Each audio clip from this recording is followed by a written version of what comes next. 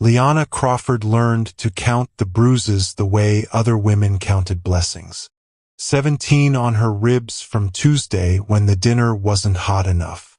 8 on her left arm from Friday when she'd smiled at the grocery store clerk. 23 across her back from Sunday when she'd asked for money to replace her broken phone. She kept mental tallies because the numbers made it real, made it impossible to pretend this was normal, made it harder to believe Damien's apologies when he swore it would never happen again. It always happened again. Tonight, she sat on the bathroom floor of their sprawling estate, pressed against the locked door while Damien raged on the other side. Crystal shattered downstairs. His voice echoed through marble hallways, cursing her name, inventing new accusations, building the fury that would eventually find her skin. Her hand rested protectively on her stomach, on the secret growing there. 8 weeks. She discovered it 3 days ago, had stared at the positive test with a mixture of terror and impossible hope. A baby. Their baby. Maybe this would change him. Maybe fatherhood would soften the sharp edges, remind him of the man he'd been when they'd first met 4 years ago. Or maybe it would make everything so much worse. Hey everyone, welcome back to the channel. Before we step into Liana's story, I need you to know this one is different. It's raw. It's painful. It deals with domestic violence in ways that might be triggering for some viewers. But it's also about survival, hope, and the kind of love that heals instead of harms. Drop a comment and let me know where you're watching from. And please, if you or someone you know is experiencing abuse, reach out for help. You deserve safety. You deserve peace. Now, let's continue with Liana's story, because what happens next will change everything. The pounding on the door made her flinch. Liana! Damien's voice was ice wrapped in rage. Open this door right now or I swear to God. I'm sick, she called out, her voice steadier than her hands. Please, just give me a few minutes. You're not sick. You're hiding, like the coward you are. She pressed harder against the door, as if her 120 pounds could hold back his 190, as if physics cared about fear. What did I do? She asked, though she'd learned years ago that the answer didn't matter. The reasons were always shifting, always her fault, always justification for his hands. What did you do? He laughed, brittle and mean. You embarrassed me.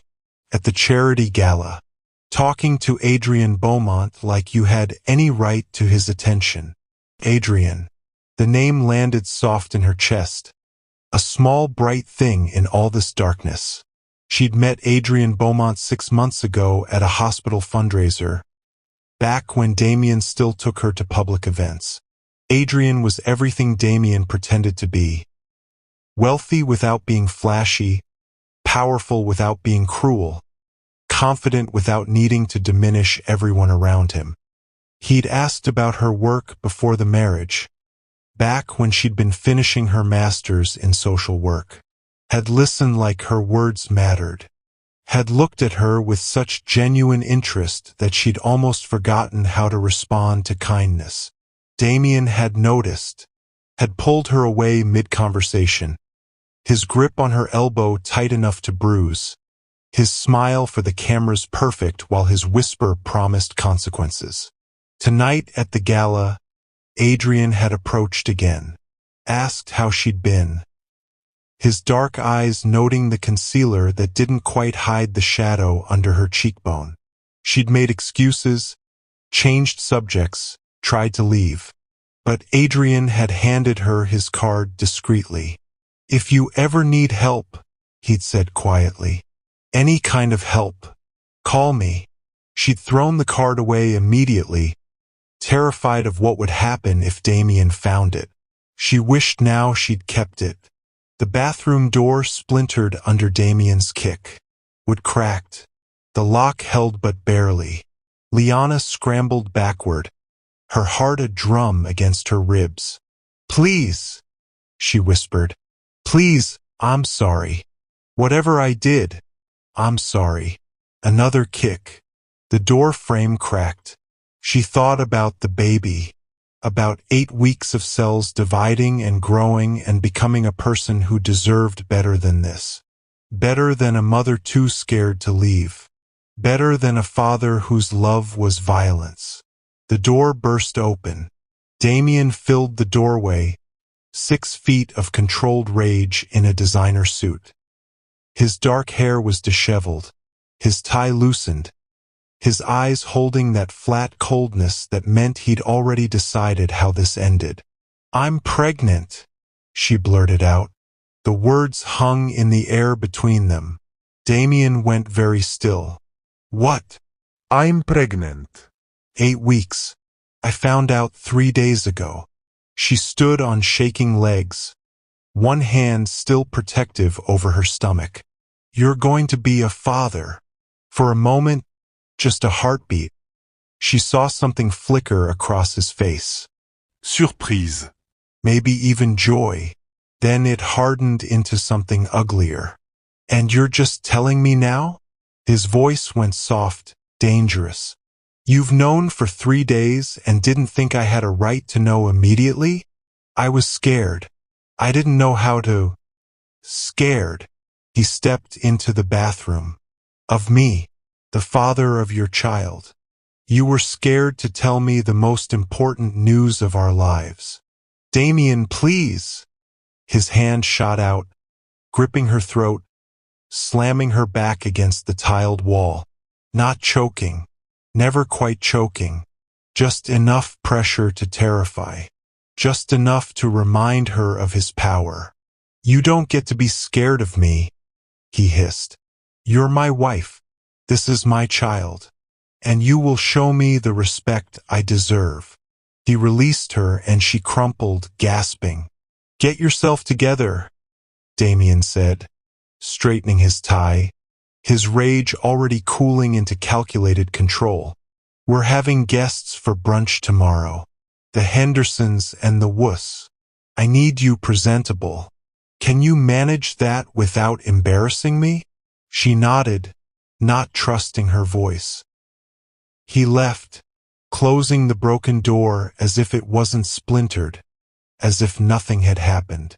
Liana sat on the cold bathroom floor, counting new bruises. The ones on her throat would show. She'd need a scarf, long sleeves to hide her arms, makeup for her face, the performance of the perfect wife. Her phone was in the bedroom. She could call someone, her sister, her old friend from college, the police. But she'd tried the police twice before. Damien was a millionaire, a pillar of the community. His lawyer made her look hysterical, emotional, prone to exaggeration. Damien always had explanations. She'd fallen. She bruised easily. She was unstable. By the time the officers left, believing his version, the retribution had been swift. She couldn't survive another failed attempt. But she couldn't stay either. Not anymore. Not with a baby growing inside her who would be born into this violence. Who would learn to count bruises before learning to count to 10. Liana pulled herself up, looked at her reflection in the mirror. Saw a stranger with haunted eyes and careful makeup and a smile she'd perfected for public consumption. Then she made a decision. Tomorrow, while Damien entertained guests, while he played the role of doting husband and successful businessman, she would leave. She didn't know where she'd go, didn't know how she'd survive, didn't know if he'd find her. But she knew staying would kill her. If not physically, then in every way that mattered. Her hand went to her stomach again, to the tiny life depending on her courage. "I'm getting us out," she whispered to the baby who couldn't hear her yet. "I promise. I'm getting us out." Outside the bathroom window, rain began to fall, washing the city in sheets of gray. Inside, Liana started planning her escape from a marriage that had become a prison. She had no idea that tomorrow, when everything fell apart, fate would deliver her to the one person who'd been waiting years for the chance to protect her. Adrian Beaumont had admired Liana from a careful distance, respecting her marriage even as he recognized the signs of abuse. He'd given her his card as a lifeline, hoping she'd never need it, but preparing for the day she might. Tomorrow that day would come, and the millionaire who'd built his empire on control was about to learn what it meant to lose everything to someone with real power. Not the power of money, though Adrian had billions to Damien's millions, but the power of a man willing to protect instead of possess, of love that healed instead of harmed, of justice that came not from revenge, but from simply being everything Damien could never be. The storm was coming, and Damien Crawford had no idea his world was about to end. Liana hadn't always been the woman who counted bruises. For years ago, she'd been different, confident, full of dreams about changing the world through social work. She'd just completed her master's degree, had accepted a position at a nonprofit helping domestic violence survivors, and had believed she could make a difference. The irony wasn't lost on her now. She'd met Damien Crawford at a fundraising gala for that very nonprofit. He'd been charming, attentive, successful. A self-made millionaire who'd built his commercial real estate empire from nothing. He'd listened to her talk about her work with what seemed like genuine interest, had donated $250,000 on the spot, had asked her to dinner. For 6 months, he'd been perfect. Flowers every week, thoughtful gifts, long conversations about their future. He'd supported her career, encouraged her ambitions, made her feel valued in ways she'd never experienced. Her friends had been skeptical. "He's moving too fast," her college roommate Casey had warned. 6 months and he's already talking marriage? That's a red flag. But Liana had been in love, had dismissed the concerns as jealousy or overcaution, had said yes when Damien proposed with a ring that cost more than her annual salary. They'd married quickly. Too quickly, she could see now. The change had been gradual. First, he'd suggested she quit her job. "You don't need to work," he'd said. "Let me take care of you. Focus on making our home perfect." She'd resisted initially, but he'd been persuasive, persistent, had made her feel selfish for choosing work over their marriage, had promised she could return to social work anytime she wanted. She'd quit. Then came the isolation.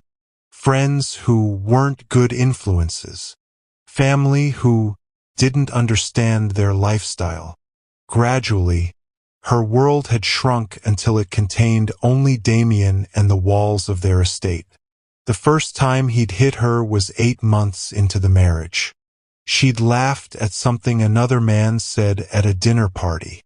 The slap had come later, in private, followed immediately by tearful apologies. He'd blamed stress, the business, his childhood trauma, had sworn it would never happen again. It happened again 2 weeks later, and again, until violence became the rhythm of their marriage, until she learned to read his moods, anticipate his triggers, make herself smaller to avoid his rage, until she forgot who she'd been before him. Now, sitting in the guest bedroom she'd moved to after last night's bathroom incident, Liana pulled out her old phone from its hiding place in a tampon box. Damien monitored her current phone, read her texts, checked her calls. But this old phone, kept charged and hidden, was her lifeline. She had $347 in a secret account. Money she'd saved from the small allowance Damien gave her, skimmed from grocery money, hidden from his controlling gaze. It wasn't enough to start over. Wasn't enough for first and last month's rent anywhere decent. Wasn't enough to support herself and a baby. But it was enough to run. She pulled up the domestic violence hotline she'd saved months ago, her finger hovering over the call button. Then she heard Damien's voice in the hallway, talking to someone. The guests arriving early. She hid the phone and composed her face into the mask she wore so well. Showtime. Adrian Beaumont sat in his penthouse office overlooking the city, ostensibly reviewing acquisition reports but actually thinking about Liana Crawford. He'd been thinking about her for 6 months. Ever since that first conversation at the hospital fundraiser where she talked about her passion for helping abuse survivors with such conviction that it had taken his breath away. He'd noticed other things too. The way she'd flinched when her husband touched her elbow. The bruise on her wrist she'd tried to hide with bracelets. The careful way she'd monitored Damien's reactions, adjusting her behavior to keep him calm. Adrian had grown up watching his mother navigate a similar marriage. Had learned too young what abuse looked like, how it sounded, the particular quality of fear in a woman's eyes when she loved someone who hurt her. His mother had never left. Had died when Adrian was 17, officially from a fall down the stairs. He'd been at boarding school, unable to protect her, unable to save her. He'd sworn then that if he ever had the power to help someone in that situation, he would. Now he had more power than he knew what to do with. At 35, he'd built Beaumont Industries into a multinational conglomerate worth $8 billion. He had influence, resources, connections that spanned continents.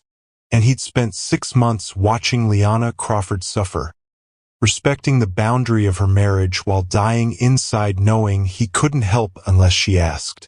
Last night at the gala, he'd broken his own rule, had given her his card, had made the offer explicit. His assistant, Thomas Webb, knocked and entered with coffee. "You're brooding again," Thomas observed. He'd worked for Adrian for 10 years, knew him well enough to be blunt.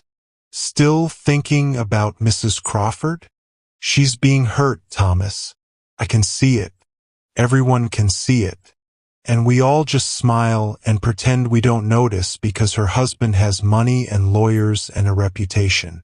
You gave her your card. That's all you can do unless she reaches out." Thomas set down the coffee.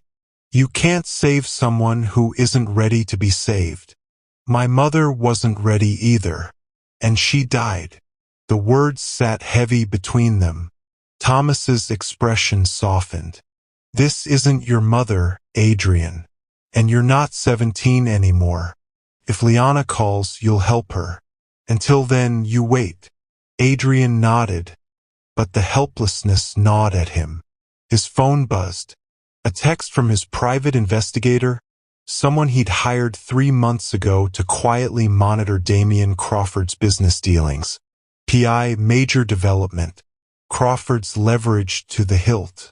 3 properties are in pre-foreclosure. He's been using investor money to cover personal expenses. I have documentation. Fraud charges are likely if this goes public. Adrian stared at the message. Damien Crawford was broke, or close to it. The millionaire image was a facade built on debt and deception, which meant he'd be more volatile than ever, more controlling, more dangerous. Adrian's jaw tightened. He typed back, "Continue monitoring. I want weekly updates on his financial status and personal movements." He didn't know why he was having Damien followed. Didn't have a concrete plan. He just knew that when Liana was ready to run, he wanted to know everything about the man she'd be running from. His phone rang. Unknown number. He almost didn't answer, but something made him pick up. "This is Adrian Beaumont." Silence. Then, so quietly he almost missed it, "You said to call if I needed help." His heart stopped. "Liana." I can't talk long. He's downstairs with guests. I'm leaving today. I don't know where to go. I don't have much money. Her voice cracked. I'm pregnant. 8 weeks. And I can't let my baby grow up in this. Adrian was already moving, grabbing his keys, signaling to Thomas. Where are you right now? At the house.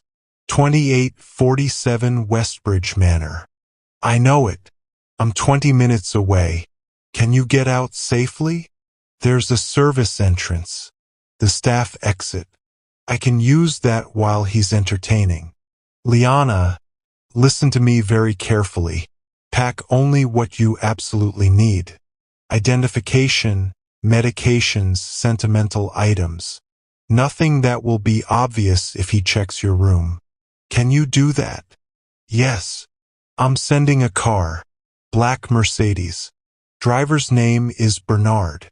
He'll be at the service entrance in 15 minutes. He'll take you somewhere safe. Where? My estate. 20 acres, gated, full security. You'll have your own wing, complete privacy. And Liana, his voice gentled. You're not alone anymore. I promise you're not alone. She was crying now. He could hear it in her breathing. Why are you doing this? You barely know me. Because someone should have done it for my mother, Adrian said simply. And because you deserve safety. Both of you. Thank you, she whispered. Thank you. The line went dead. Adrian looked at Thomas, who'd heard enough to understand. Call Bernard. Black Mercedes to 2847 Westbridge Manor. Service entrance. 15 minutes. Tell him to take her to the estate west wing. Have medical staff standing by. You're really doing this, Thomas said. I'm really doing this. Damien Crawford will come for her. You know that, right? He'll bring lawyers, police, the media. He'll paint you as a homewrecker. He'll make this ugly. Let him try. Adrian's voice was cold steel. I've been waiting for an excuse to destroy that man. He just gave me one. Liana moved through the house like a ghost, packing the small duffel bag she'd hidden in the back of her closet weeks ago. Passport, birth certificate, her mother's necklace, the ultrasound photo from her secret doctor's appointment, 3 changes of clothes, her hidden phone. She could hear Damien's laugh from downstairs. Loud, performative, the sound he made when he was impressing people. 11 minutes until the car arrived. Her hands shook as she changed into jeans and a loose sweater, covering as much of the bruising as possible. She touched up her makeup, making herself presentable for wherever she was going. Adrian Beaumont's estate. She'd seen photos in magazines. It was beautiful, sprawling, safe. He barely knew her. Why was he doing this? Because someone should have done it for my mother, he'd said. The weight of that statement sat heavy in her chest. 7 minutes. She slipped down the back staircase, the route the household staff used. Past the kitchen where caterers worked. Through the mudroom. To the service entrance that opened onto a side street. For minutes, her phone buzzed. A text from an unknown number. Bernard here. Black Mercedes. Ready when you are. This was it. The moment that would change everything. She could go back upstairs. Unpack the bag. Pretend this never happened. Stay in the prison she knew rather than risk the unknown. Or she could walk through that door and choose life. Choose her baby. Choose the possibility of something better. Liana opened the door. A distinguished man in his 60s stood beside a sleek black car. His expression kind. Mrs. Crawford. I'm Bernard. Mr. Beaumont sent me to bring you somewhere safe. She got in the car. Behind her, the door to her old life closed. Ahead, through the rain-streaked windows, was a future she couldn't yet imagine. But for the first time in years, it was a future she chose. The police arrived at Adrian's estate at 7 a.m. the next morning. 2 officers, looking uncomfortable, standing at the gates with Damien Crawford behind them, his expression a perfect mask of concerned husband. Adrian met them in the security office, watching the feed while his head of security, Marcus Stone, handled the initial interaction. "We have a report of a missing person," the older officer said. "Mrs. Liana Crawford. Her husband says she may be here against her will." "Mrs. Crawford is here voluntarily," Marcus replied calmly. "She's a guest of Mr. Beaumont and wishes no contact with her husband." Damien stepped forward, his voice breaking with practiced emotion. "Please, I just need to know she's safe. She's not well. She gets confused, anxious. I'm worried she's been manipulated." Adrian's jaw clenched. The performance was flawless. "I want to speak to her myself," Damien continued, "just to see she's okay." Marcus looked at the camera, and Adrian made a decision. He pressed the intercom button. "Officers, this is Adrian Beaumont. Mrs. Crawford is under my protection. She's provided a voluntary statement to my legal team documenting years of domestic abuse. She's also under the care of a physician who has documented significant injuries consistent with repeated physical assault. If Mr. Crawford attempts to make contact, he'll be in violation of the emergency protective order we filed this morning." The younger officer checked his radio. "We haven't been notified of any protective order. It was filed at 6 a.m. You'll have the documentation within the hour." Adrian's voice was steel wrapped in silk. "In the meantime, I suggest Mr. Crawford leave the premises before I add trespassing to the list of charges we're preparing." Damien's mask slipped. Just for a second, Adrian saw the rage underneath. Then the concerned husband was back. "This is kidnapping," Damien said. "She's my wife. She's not thinking clearly. Beaumont has manipulated her, probably filled her head with lies about our marriage. The bruises on her body aren't lies, Mr. Crawford," Adrian said coldly. "The medical documentation isn't manipulation. And the fact that she fled your home in fear for her life speaks for itself. I want to see her now, or I'm calling my lawyers." "Call them." Adrian stood, straightening his tie. "I'm coming down." Marcus tried to stop him. "Sir, you don't need to engage directly." "Yes, I do." Adrian's eyes were hard. "He needs to understand exactly who he's dealing with." Adrian walked through his estate to the front gates, composed and unhurried. When he emerged, Damien's expression cycled through surprise, calculation, and poorly concealed fury. Up close, Adrian could see what Liana had lived with. Damien was handsome in a conventional way, well-dressed, the kind of man who photographed well. But his eyes were cold, calculating. The eyes of someone who saw people as possessions. "Beaumont," Damien said, extending his hand. Adrian didn't take it. "Mr. Crawford, your wife doesn't want to see you. She's made that abundantly clear. I suggest you respect her wishes and leave. My wife is confused. She's emotional. She doesn't know what she wants." Damien's smile was sharp. "And you're taking advantage of a vulnerable woman. I wonder what your board of directors would think about that." "My board trusts my judgment, and I trust Dr. Morrison's medical report documenting 300 separate incidents of abuse over the course of your marriage." Damien went very still. "That's a lie." "Is it? Because we have photographs. Medical records from emergency room visits Liana never told you about." Testimony from staff members at your estate who witnessed your violence. Adrian stepped closer, lowering his voice so only Damien could hear. I know exactly who you are, what you are, and I'm going to make absolutely certain you never hurt her again. You can't keep her from me. I have rights. You have the right to remain silent when you're arrested for domestic violence. Beyond that, you have nothing.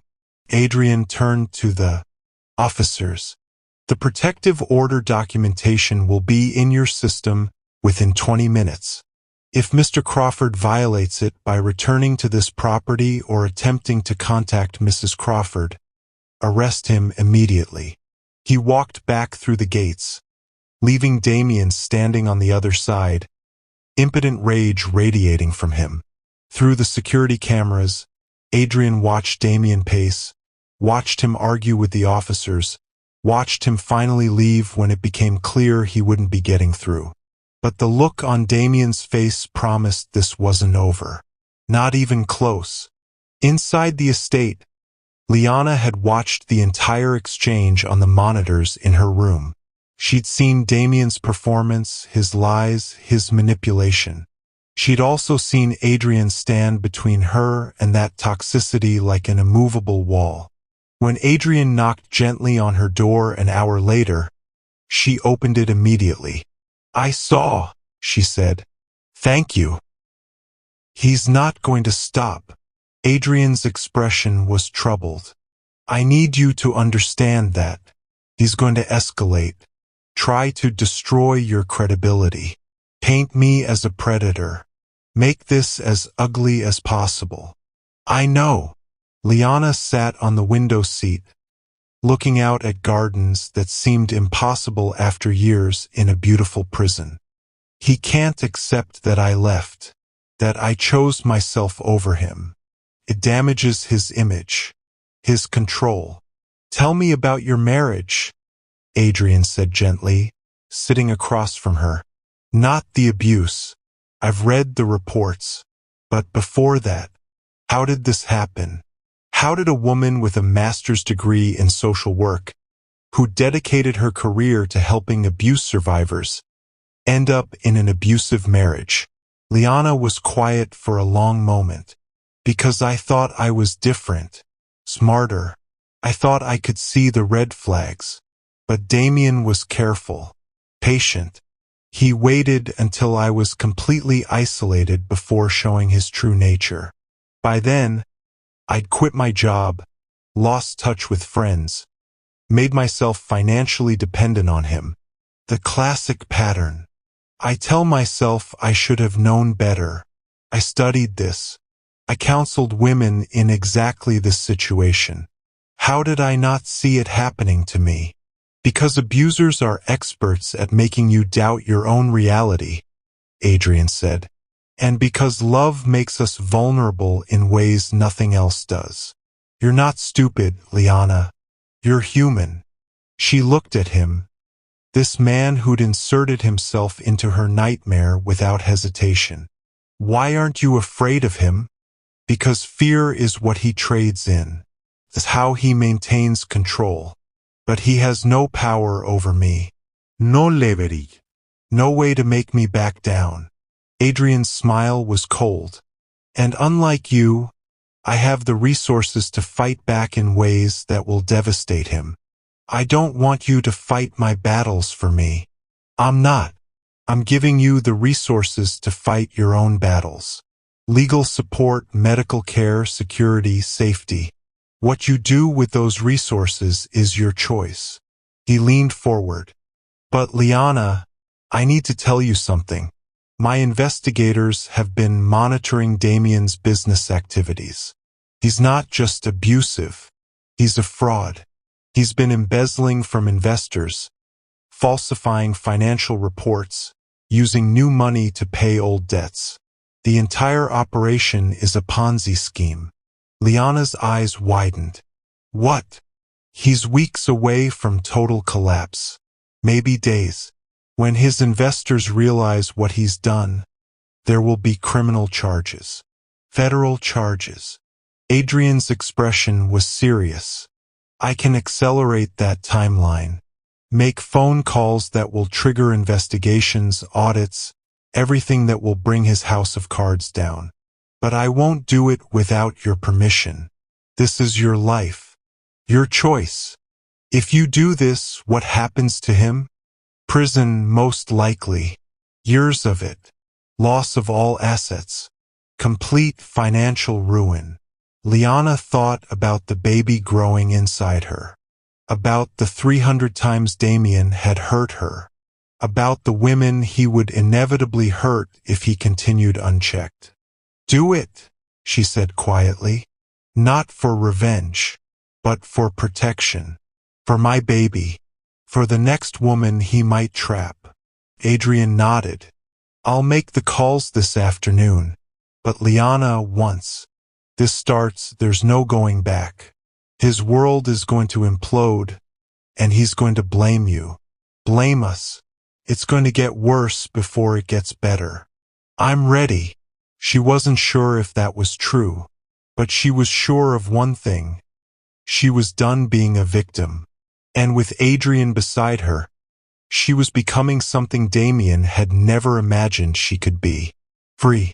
Across the city, Damien sat in his office, staring at his phone. 17 messages from investors asking about rumors of financial irregularities.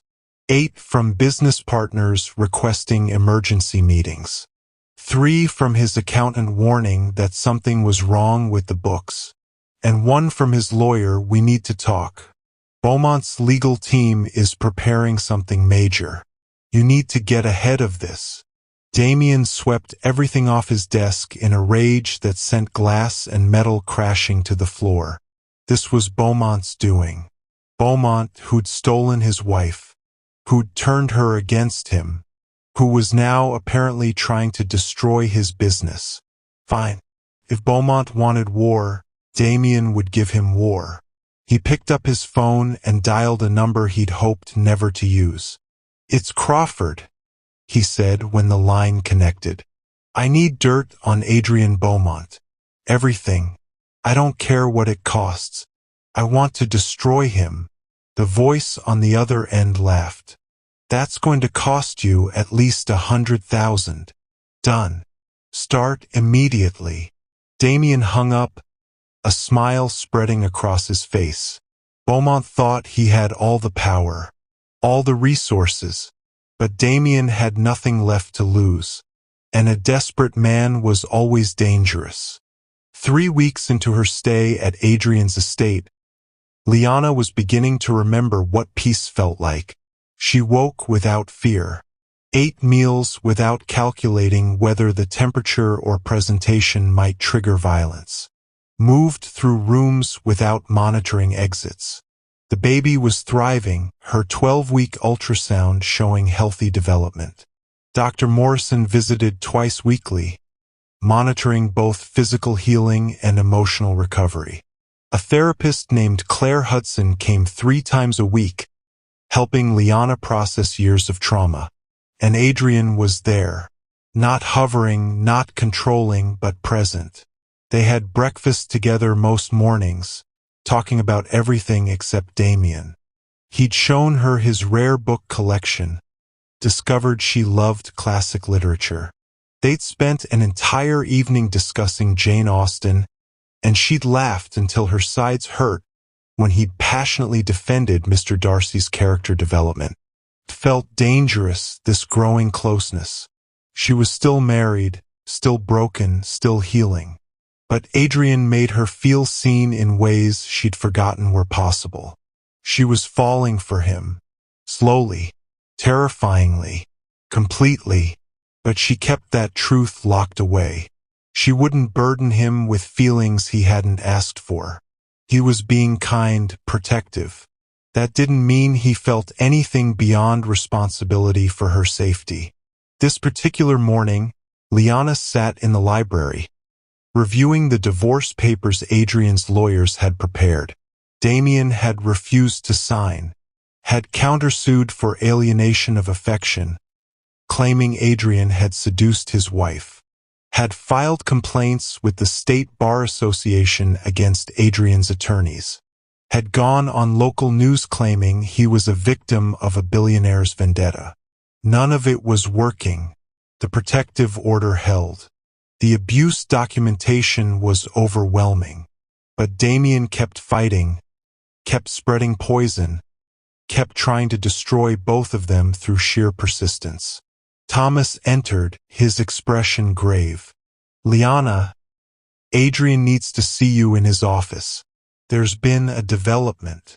Her stomach dropped. "What kind of development?" "He should tell you himself." Adrian's office was on the second floor, overlooking the gardens. When Liana entered, she found him standing at the window, tension radiating from every line of his body. His lead investigator, a woman named Sarah Chun, sat at the conference table with files spread before her. "Sit down," Adrian said gently. "Please." Liana sat, her heart hammering. Adrian turned to face her, and she'd never seen him look so angry. Not at her, she realized. For her. "My investigators found something," he said, "about Damien's past. Something he's been very careful to hide." Sarah opened a file. "Damien Crawford was married before you, 11 years ago. Her name was Rebecca Morrison. She was 23 when they married, 25 when she died." Liana's blood went cold. "He told me I was his first wife, that he'd never been married before." "He lied," Sarah said. "The marriage record was sealed as part of a legal settlement, but we found it, and we found the death certificate." She slid it across the table. Liana read the words, her vision blurring. "Rebecca Morrison Crawford. Cause of death: accidental fall resulting in traumatic brain injury. She fell down the stairs in their home," Sarah continued. "Damien was the only witness. He called 911, claimed he found her at the bottom of the staircase. The investigation found no evidence of foul play, but there were notes in the file from a responding officer who had concerns." Adrian's voice was rough. The officer noted bruising on Rebecca's body consistent with prior abuse, but the medical examiner ruled it accidental, and without evidence, the case was closed. Liana couldn't breathe. "He killed her." "We can't prove that," Sarah said carefully, "but the pattern is concerning." Rebecca's family tried to sue for wrongful death, but Damien settled for an undisclosed amount with the condition that the marriage and death records be sealed. "How much did he pay them?" Liana whispered. $2 million. Money he didn't have at the time. He borrowed it, went into significant debt. It's part of why his finances are such a disaster now. He's been paying off that settlement for a decade. Adrian sat beside Liana, his hand hovering near hers but not touching. "There's more. Rebecca was pregnant when she died. 8 weeks. The room spun. Liana pressed a hand to her own stomach, to her 12-week baby, and felt bile rise in her throat. "He did the same thing to her that he did to me," she said. "The same pattern, the same violence. And when she got pregnant—" "We don't know what happened," Adrian interrupted gently. "But yes, the parallels are disturbing." "Did he know she was pregnant?" Sarah checked her notes. "The autopsy revealed it, but there's no record of whether she told him. Her sister said Rebecca had been planning to leave, had packed a bag, was going to run the day she died, just like Liana had run, except Rebecca had waited too long." "I need air," Liana gasped, standing abruptly. Adrian was beside her immediately. "Let me—" "No, I just need a minute. Please." She fled to the bathroom, locked the door, and vomited until there was nothing left. She'd married a murderer, had shared a bed with a man who'd likely killed his first wife and unborn child, had almost become Rebecca, would have if she hadn't run when she did. When she finally emerged, pale and shaking, Adrian waited in the hallway. "I'm sorry," he said. "I didn't want to tell you, didn't want to add to your trauma. But you needed to know what we're dealing with." "He's going to kill me," Liana whispered, "if he gets the chance. When his world collapses completely, he's going to come for me, and he's going to make sure I don't survive it." "That's not going to happen." Adrian's voice was granite. "I will die before I let him touch you. You can't promise that. Watch me." He cupped her face gently, forcing her to meet his eyes. "Liana, I need you to understand something. When I offered you protection, I meant it. Not just legal protection or financial protection. I meant I will put my body between you and danger. I will use every resource I have. I will not let him hurt you." "Why?" The question broke from her. "Why do you care this much? I'm just some woman you met at a fundraiser. Just another abuse victim who needed help. Why are you willing to risk everything for me?" Adrian was quiet for a long moment. Then, quietly, "Because you're not just some woman.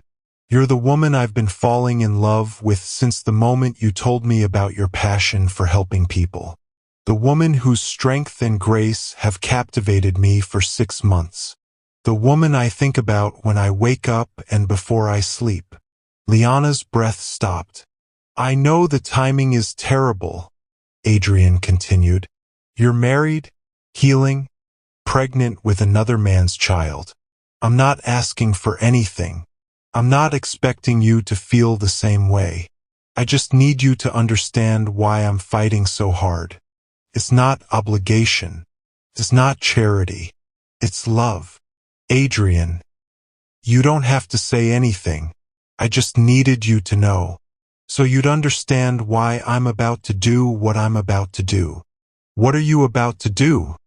"I'm going to destroy him," Adrian said simply. "Completely, irreversibly.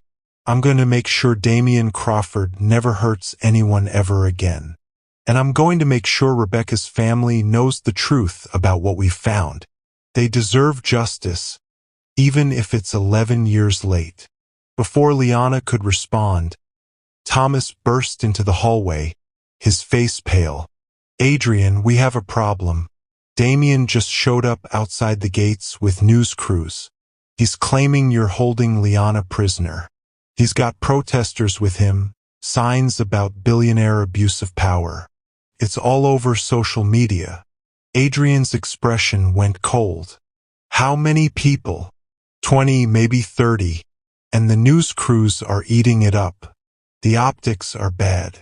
Liana looked at Adrian, saw the calculation in his eyes.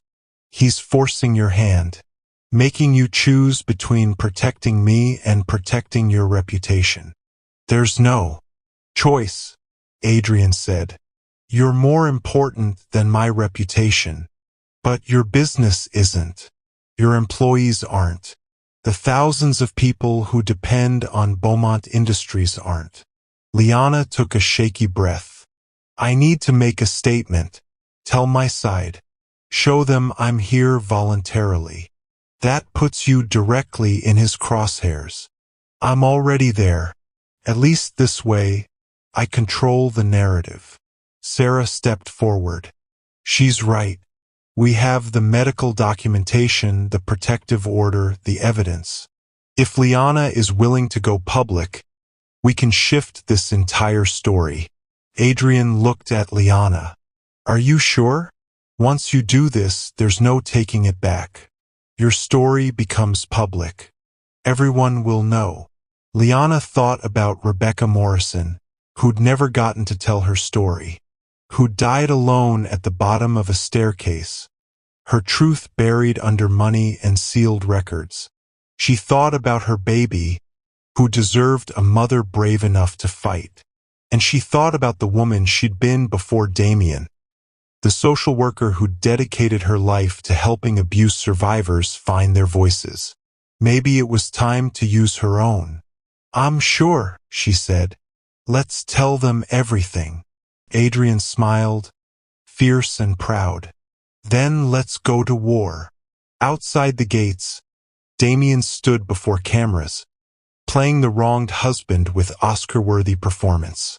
Inside, Liana prepared to show the world exactly what kind of monster wore that mask.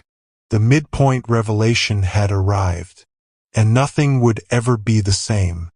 Liana stood at the gates of Adrian's estate, facing a wall of cameras and reporters, with Damien 20 feet away looking like a concerned husband.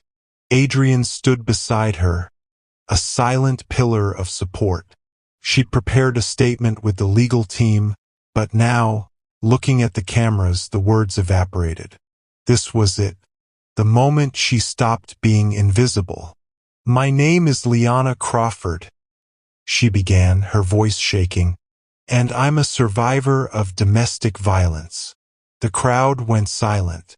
"For 3 years, my husband Damien beat me, controlled me, isolated me from everyone who cared about me. I have medical documentation of over 300 separate incidents of abuse. I'm here voluntarily, under the protection of Mr. Beaumont, because I feared for my life." Damien's mask cracked. "She's lying. She's mentally unstable, having an affair." "I'm also pregnant," Liana continued, her hand moving to her stomach. 12 weeks. "And I left because I refused to raise my child in a home where violence is normal." The cameras went wild. Questions erupted from every direction.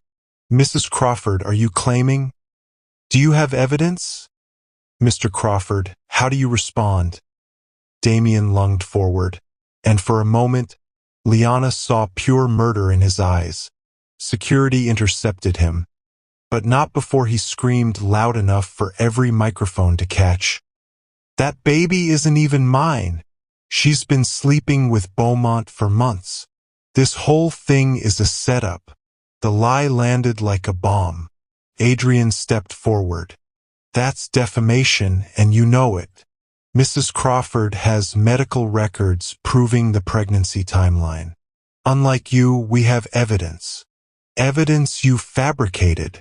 Damien was unraveling, his carefully constructed image shattering. "You poisoned her against me, filled her head with lies. She was fine until you." "I have bruises that say otherwise," Liana said quietly. "I have x-rays from a broken rib you gave me last year. I have photographs, medical reports, testimony from your own household staff." Sarah stepped forward, handing documents to the reporters. "We're also releasing information about Mr. Crawford's first wife, Rebecca Morrison, who died under suspicious circumstances 11 years ago. She was also pregnant. She also suffered documented abuse. She also died trying to leave him." The bombshell detonated across the crowd. Damien went white. "You have no right. That was ruled an accident." "The investigation is being reopened," Sarah continued, "based on new evidence and concerning patterns. The FBI is now involved." Damien's world was imploding in real time, broadcast live. And then he played his final card. "You want to destroy me?" he said, his voice dropping to something cold and deadly. "Fine. But I'm taking you both down with me." He pulled out his phone, showed the screen to the cameras. "I have emails, text messages, proof that Beaumont has been obsessed with my wife for months, stalking her, manipulating her, planning this whole thing." Adrian's expression didn't change, but Liana felt him tense. "I have nothing to hide," Adrian said. "Really? Then explain why you had private investigators following me. Why you've been systematically destroying my business relationships." Why you gave my wife a secret phone and planned her escape. Damien smiled, vicious and triumphant. You're not a hero, Beaumont. You're a predator who wanted another man's wife and used your money to take her. The narrative was shifting. Liana could see it in the reporters' faces, hear it in their questions. Was this a rescue or an affair? Was Adrian a protector or a manipulator? Had Liana been saved or seduced? The doubt was exactly what Damien needed. We're done here, Adrian said, taking Liana's arm gently. Any further questions can go through our attorneys. As they walked back through the gates, Liana heard Damien's parting shot, delivered loud enough for every microphone. Enjoy your freedom, Liana, because when I'm done, you'll lose that baby, your credibility, and your billionaire. I promise you that. The threat hung in the air, captured by a dozen cameras. Inside the estate, Liana collapsed into a chair, shaking. He's going to win, she whispered. He twisted everything. Made me look like a liar and you look like a villain. Adrian knelt in front of her. He's desperate. Desperate people make mistakes. What if the baby isn't safe? What if the stress? We're going to protect you. Both of you. But even Adrian's certainty sounded strained, because Damien had just declared total war. And this time he was willing to burn everything down to win, including Liana, including their child, including any chance at the future she dared to hope for. The turning point came from the most unexpected source. 3 days after the disastrous press conference, as media outlets debated whether Liana was victim or villain, as Damien's lawyers filed motions to have Adrian investigated, as the world seemed determined to destroy them both, a woman walked through the gates of Adrian's estate. She was in her 50s, well-dressed, with eyes that held years of grief. My name is Patricia Morrison, she told the security guard. Rebecca Morrison was my sister. I need to speak to Liana Crawford. Adrian brought her to the library, where Liana sat surrounded by legal documents, trying to find some angle they'd missed, some way to prove the truth. Patricia looked at Liana for a long moment, tears filling her eyes. You look so much like her, my sister. Same dark hair, same build. Damien has a type. I'm so sorry about Rebecca, Liana said softly. Don't be sorry. Be angry. Patricia opened her bag, pulled out a thick folder. I've spent 11 years trying to prove Damien killed my sister. The police wouldn't listen. The lawyers said I didn't have enough evidence. But I never stopped looking. She spread photographs across the table. Rebecca with bruises poorly hidden by makeup. Rebecca with a cast on her wrist. Medical records showing 3 separate emergency room visits in 2 years. She called me the night she died. Patricia continued, her voice breaking. Said she'd discovered she was pregnant. Said she was leaving him that night. She was terrified he'd kill her if he found out about the baby. Patricia wiped her eyes. 2 hours later, she was dead at the bottom of the stairs. The police said it was an accident, Adrian said gently. The police were paid off. I've always believed that, but I could never prove it. Until now. Patricia pulled out a document. One of the responding officers contacted me last week. He's dying of cancer. Terminal. Said he couldn't go to his grave without telling the truth.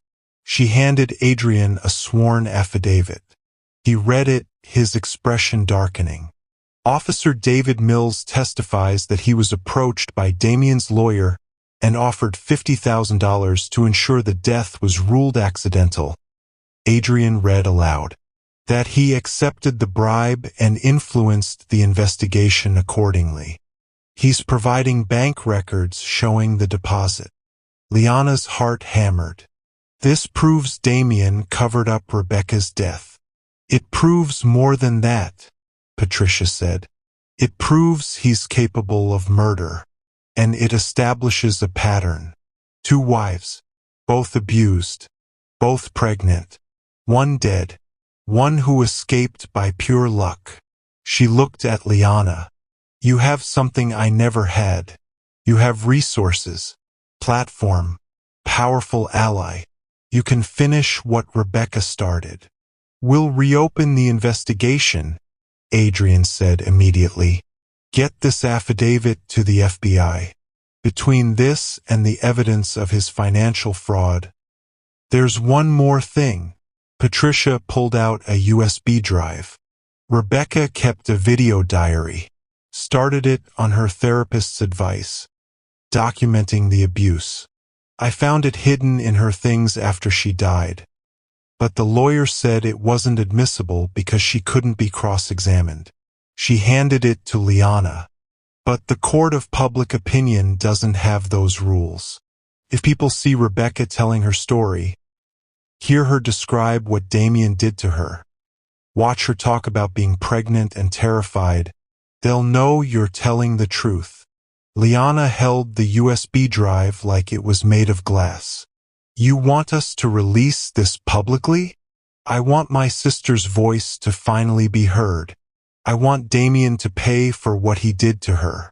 And I want to save your life. Patricia gripped Liana's hands. Please, let Rebecca help you. It's what she would have wanted. That night, they watched the videos together. Rebecca, young and beautiful and terrified, sitting in her car documenting injuries, describing Damien's rages, talking about the pregnancy she'd just discovered. I'm 8 weeks pregnant, Rebecca said to the camera, her voice shaking. And I know if Damien finds out, he'll either force me to terminate or, I don't know what. I'm leaving tonight. I'm getting out. If something happens to me, I want people to know the truth. The video was dated the day she died. Liana wept watching this woman who could have been her, who should have survived, who deserved justice. We release everything, she said, wiping her tears. The affidavit, the videos, all of it. We show the world exactly who Damien Crawford is. Adrian looked at her with fierce pride. This will destroy him. Good, Liana said. He's been destroying women for too long. It's time he faced consequences. For the first time in days, hope bloomed in her chest. They had a weapon now. Rebecca's voice from beyond the grave. A dying officer's confession. Pattern too clear to ignore. Damien thought he'd won by muddying the waters. He had no idea a ghost was about to drown him. The videos went viral within hours. Rebecca Morrison, speaking from 11 years in the past, describing in heartbreaking detail the same abuse Liana had suffered.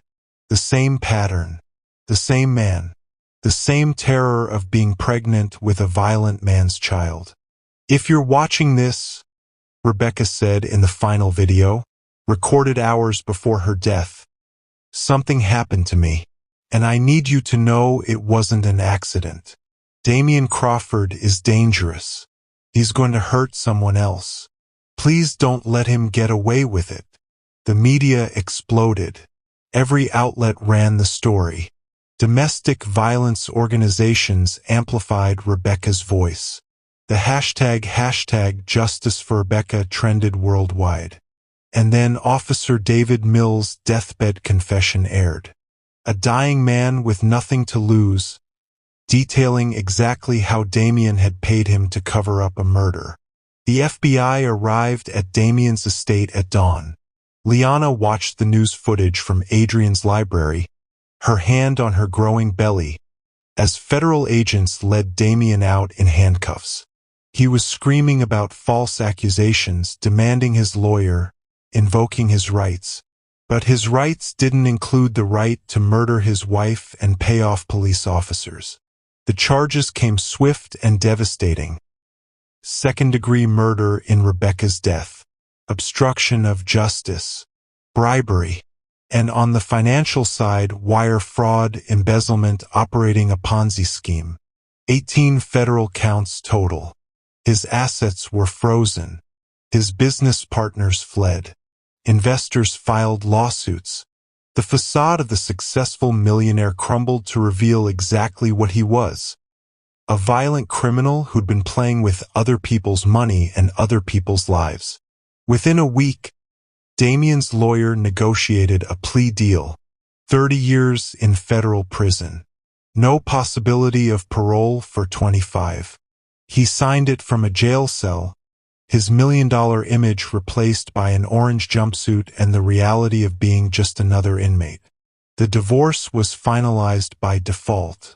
Liana retained nothing from the marriage except her freedom. She stood in the courtroom the day the judge accepted Damien's plea, Patricia Morrison beside her, both women finally witnessing justice. Damien looked at Liana one final time as they led him away. She expected rage, threats, the monster she'd lived with for 3 years. Instead, she saw nothing. He looked through her like she didn't exist, like she'd never mattered at all. And Liana realized she was free, truly, completely free. "It's over," Patricia whispered, squeezing her hand. "Rebecca can rest now, and you can live." That night, Adrian found Liana in the garden, her hand on her belly, tears streaming down her face. "Happy tears or sad tears?" he asked softly. "Both," she admitted. "I'm free. The baby's safe. Justice was served. But I'm also mourning the years I lost. The woman I was before him. The Rebecca who didn't get this ending." Adrian sat beside her on the bench. "You survived, Liana. That takes extraordinary strength. I had help." She looked at him, this man who'd protected her without asking for anything in return. "You saved my life, Adrian." "No," he said gently. "You saved your own life. I just gave you a safe place to land." She took his hand, felt the warmth of his palm against hers. "What happens now?" "Now?" Adrian smiled. "Now you heal. You prepare for your baby. You rebuild the life Damien stole. And when you're ready, if you're ready, maybe we see if there's something real between us beyond trauma and protection." "I'm falling in love with you," Liana whispered. "I know the timing is terrible. I know I'm still broken, but I am." "Then we'll take it slow," Adrian said. "No pressure. No expectations. Just two people figuring out what comes after the nightmare." He kissed her forehead, gentle and reverent. And for the first time in years, Liana believed in the possibility of happiness, of love that didn't hurt, of a future built on choice instead of fear. Damien was gone. His power was broken. His violence was over. And Liana was finally free. 8 months later, Liana stood in the ribbon-cutting ceremony for the Rebecca Morrison Center for Domestic Violence Survivors. The building stood on property Adrian had purchased, a beautiful facility offering emergency shelter, legal services, counseling, job training, and childcare. Everything a woman needed to rebuild her life after abuse. Patricia Morrison stood beside Liana, both women holding giant scissors, tears streaming down their faces. "Rebecca would have loved this," Patricia said. "Her name helping other women survive what she couldn't." Liana's 4-month-old daughter, Maya Rose, slept peacefully in Adrian's arms as he stood off to the side, watching with quiet pride. The pregnancy had been healthy, the delivery smooth, and when Maya had arrived with dark hair and Liana's eyes, crying lustily and perfect, Liana had wept with joy and relief that her daughter would never know fear as her normal. Adrian had been there for it all. Not as Maya's father, but as a devoted presence who'd fallen in love with both mother and child. He'd held Liana's hand through labor, had been the first to hold Maya after Liana, had stayed up countless nights helping with feedings, even though he had no obligation to do so. 3 months ago, when Liana's divorce had been final for half a year, when therapy had helped her rebuild her sense of self, when she felt whole again, she'd kissed Adrian properly for the first time. "I'm ready," she'd whispered against his lips. "If you still want this, want us." "I've wanted this since the moment I met you," he'd replied. Their relationship was slow, intentional, built on respect and genuine partnership. Adrian never made decisions for her, never controlled her schedule, never monitored her phone. He treated her as an equal, celebrated her independence, and loved her with a gentleness that still made her cry sometimes. Last week he'd proposed, not with a grand gesture or public spectacle, but quietly in the garden where she'd first believed in the possibility of healing. "Marry me when you're ready," he'd said. "A year from now, 5 years from now, whenever feels right. I'm not going anywhere." She'd said yes, knowing she'd found something Rebecca never got to experience. Love that protected instead of possessed. Now, as reporters asked about the center's mission, Liana spoke with the confidence of someone who'd reclaimed her voice.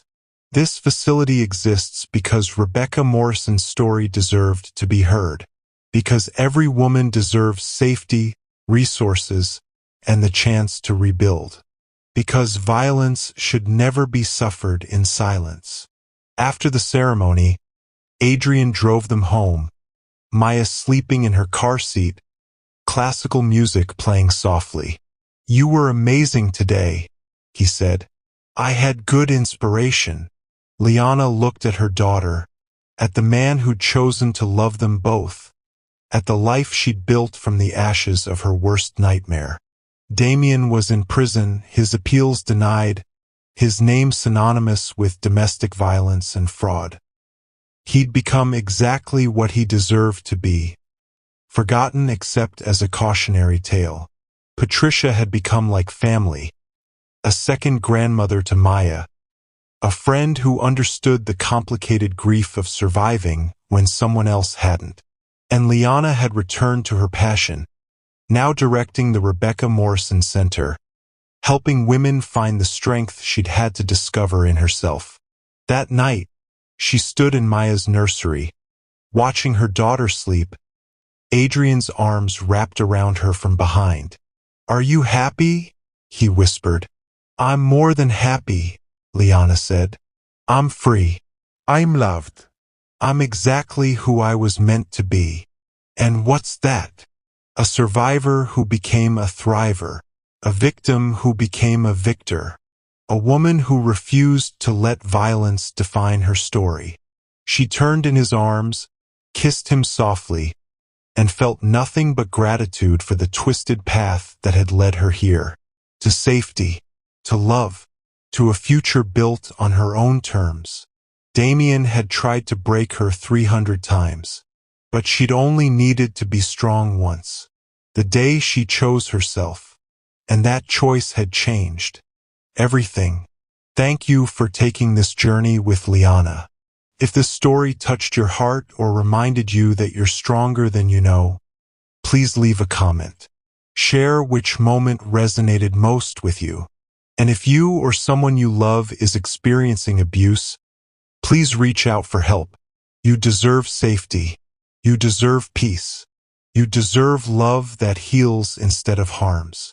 If you haven't subscribed yet, please do, because I have so many more stories about courage, survival, and the kind of love that rebuilds instead of destroys. Remember, you are not alone. You are not weak. You are worthy of protection, respect, and genuine love. Until next time, stay strong. Stay safe and never forget your value. See you in the next story.